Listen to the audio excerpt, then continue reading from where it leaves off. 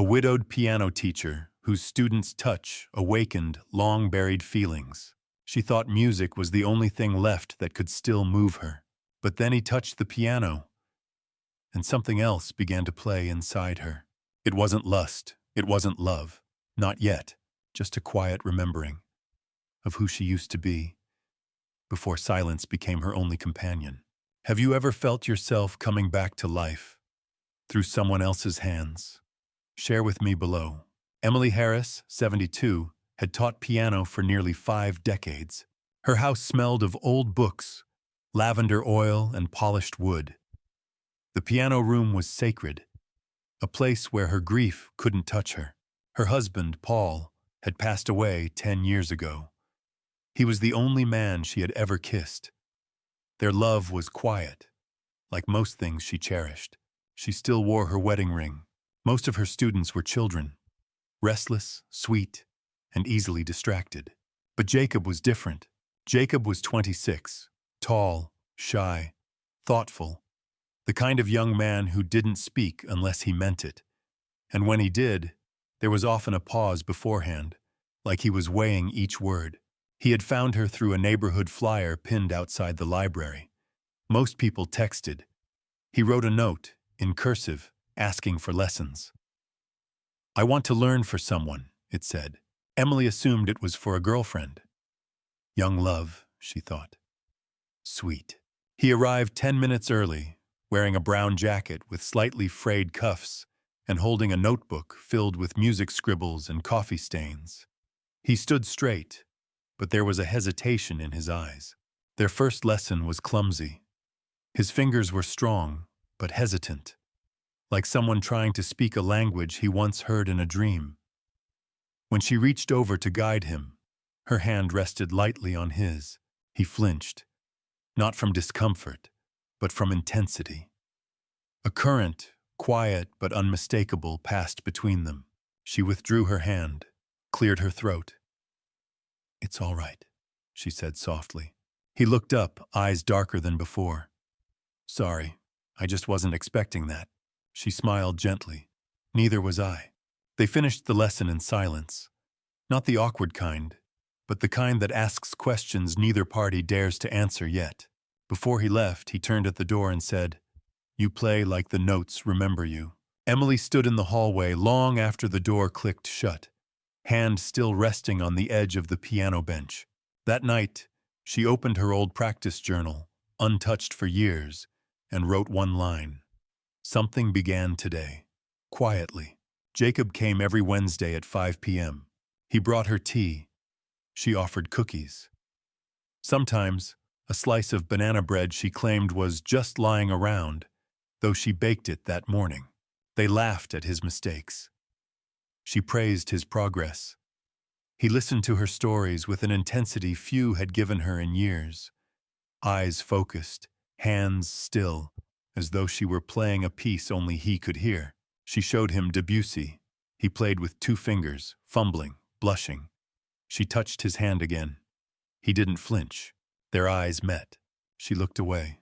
That night, she sat at the piano long after he'd gone, playing nothing, just letting her fingers rest where his had been. Each week, their time together grew more fluid, less structured. The metronome stayed silent. The sheet music was often closed. Sometimes they spoke for half the lesson, drifting into conversation about art, grief, aging. Once she told him about a recital she had played in Rome, where the audience rose before the final note had even faded. His eyes lit up like he could see it. "Do you miss it?" he asked. She nodded. "Every day, but I try not to look back too often.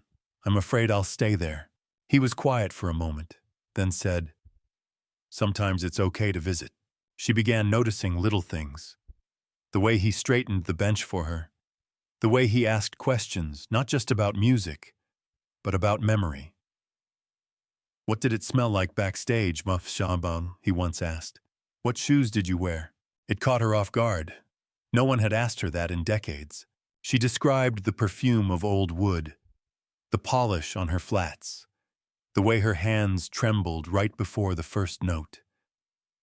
He listened like each detail mattered, and somewhere between the lessons and the stories, between his attentive gaze and her returning sense of aliveness, the ritual began to mean more than the music itself. It wasn't love, not yet, but something sacred had started to play between them. As spring bloomed, something in her began to bloom too. She started waking earlier on Wednesdays, pressed her blouses, tidied the music room, polished the petals with a soft cloth, lit a scented candle before each lesson, lavender or sometimes neroli.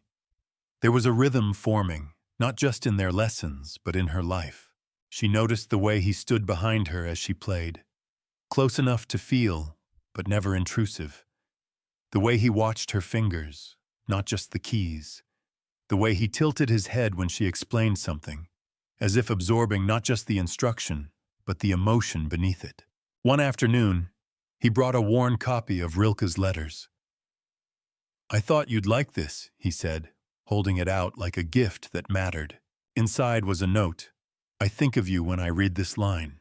He had underlined, "Perhaps all the dragons in our lives are princesses who are only waiting to see us act. Just once, with beauty and courage." She read it slowly, more than once. She knew the line well, but never imagined it could feel so personal. She closed the book and rested her hand on the cover. Her voice, when it came, was softer than usual. "You make me feel like I haven't faded." He didn't respond with words, just held her gaze. The air between them pulsed, fragile but alive. That evening, Emily sat by the window with the book in her lap. She turned pages as if opening old rooms in a house long locked. Each phrase awakened something, her past, her youth, her grief, but also her possibility. She began composing again. Just small fragments, melodies that started mid-thought and trailed off like sighs, some hopeful, some aching. She didn't show them to Jacob, not yet, but she kept them in a folder beside the piano, like letters she hadn't yet mailed. Something had shifted, and this time, she wasn't afraid to feel it. During their final lesson, he played a full piece. Imperfect, but heartfelt. His fingers stumbled once or twice, but he didn't stop. He played through, with a kind of unpolished honesty that made her chest ache. Emily sat beside him, her hands folded in her lap, her breath still. She wasn't listening for accuracy. She was listening for presence. And he gave it, fully. When the last note faded, it didn't echo. It settled. He turned to her slowly, as if not wanting the moment to end. "Thank you," he said, "for teaching me more than just music." She smiled, but it trembled. "You reminded me I still had something to offer," she whispered. They stood in the doorway longer than usual. The light outside had turned golden. He held her gaze with a gentleness that undid her carefully placed boundaries. He leaned in, not quickly, not boldly, but with reverence. He took her hand, lifted it, and kissed the back of it slowly. Her skin tingled where his lips had touched. She didn't pull away. No words were spoken. He stepped back, nodded, and left. Emily didn't cry, not then. She returned to the bench, sat in the exact spot where they had just played. Her hand still tingled. She looked at the keys, silent now, but echoing everything. Her body stayed still, but her memory moved. She replayed the final note. The softness in his eyes, the deliberate way he had chosen tenderness over impulse, and she realized that was the music, not the melody, but the moment it left something behind. Emily never called him again, but every Wednesday at 5 she still sits by the piano. Sometimes she plays, sometimes she doesn't, because sometimes it's not the music that stays, it's the silence it leaves behind, and sometimes the echo of a feeling is louder than the feeling itself. Have you ever had someone enter your life just long enough to remind you what you're capable of feeling? I'd love to hear your story.